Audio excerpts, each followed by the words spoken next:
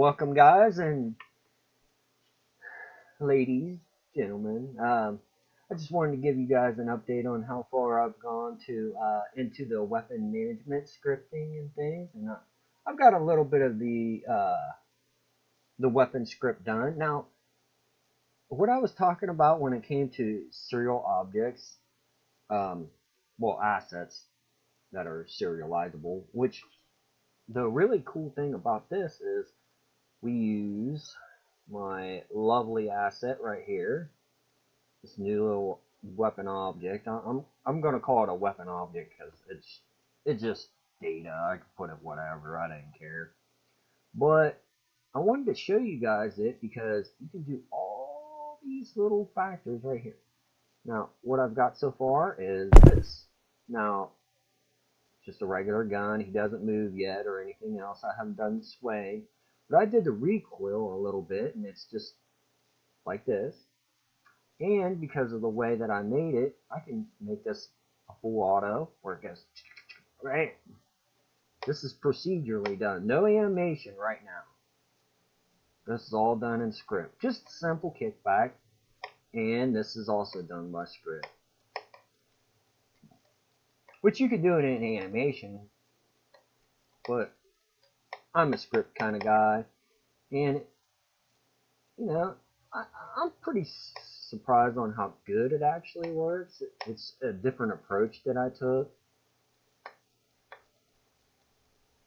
Now, the really great thing about this, and I'll show you, is because of this being a weapon object like this, an asset, I can go and I can tweak these variables. And make it any which way that I want. Now watch this. Okay. It was 1.3, which it's 0.8 by standard. Well, if we go and do this, it's like, oh, this is really bad, right? Well, the wonderful thing about using it like this as a data container for all my weapons, which I can make this an array and make it all one weapon. All one asset for all weapons. This is just data for the weapons. Now, yeah, sorry about that, guys. Because this is an asset like this, we can go right here up to the play, and bloop, look, it never changed. So at runtime, I can adjust all these values and they will not change when I go out of play mode, which is really sweet because it's really annoying when you're in play mode and you forget. You're like, oh, this looks really nice. Oh, I can't fix it because I just took it out of play mode. You know, it happens. I mean, I've been known to do it a few times. Don't realize it's in play mode, and yeah, mess it all up. Now, this is just the description for, you know, put away, timer. Now, this is the script, and it's going to be changing, but look at how less those variables are. Some of these won't even be here. You'll have practically nothing right here. And I made it where you can change this to a burst type round. See? Bam, one click. Do, do, do. Do, do, do. You know, it's just a burst fire. Now, you'll want to use an animation for it, you know, but this is done by code, just flat code. So, you know, it's good for prototyping, but maybe not for you. And then I can also make it where it's set, where it's just a full automatic. And this script is very, I mean, you don't, here's debug mode, okay? It's a little bit longer, but not much. I mean, horizontal and vertical, you don't really need those. So let's go into our input. Let's get out of this because we don't need to know this. We don't need to know change. We don't really need to know fire either. The auto, yeah. When we're zooming, yeah. Now, let's just save. Go back into Unity. And you'll watch practically all these things not be here when we're out of debugging. When it compiles. Come on, compile. Come on. You can do it.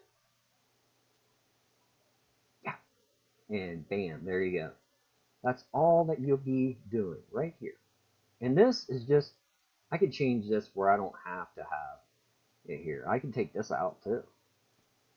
And because the stuff that I actually need can all be right here. Pretty sweet, huh? I mean, you got your kickback time. It could be in your object.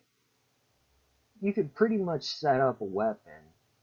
You can go animate all your weapons, then have it set up in, what, less than 5 minutes? I mean, it's all there.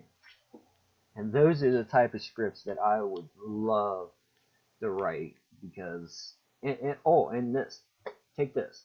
Okay, let's say I want to make another weapon that's like this. All I gotta do is control and duplicate this, rename it into another object. If I wanted to use, one single object and then just drag this weapon object right here. That's all I'd have to do. And then adjust my variables for rest and stuff right here, and then I don't even have to worry about runtime or nothing. Bam, done. Now, talk about epic.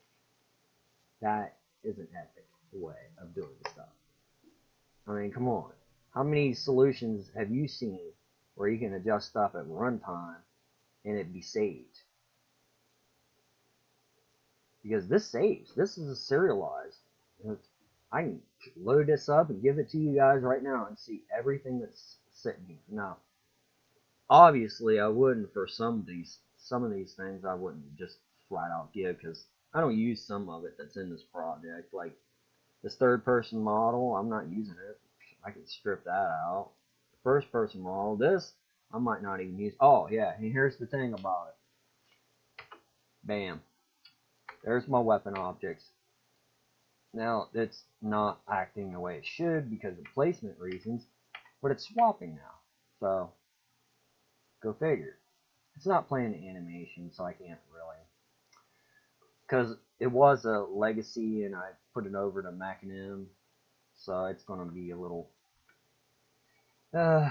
problematic, let's say. And here's a really great thing. See this? If auto equals false, I use get button down. If it's automatic, get button. So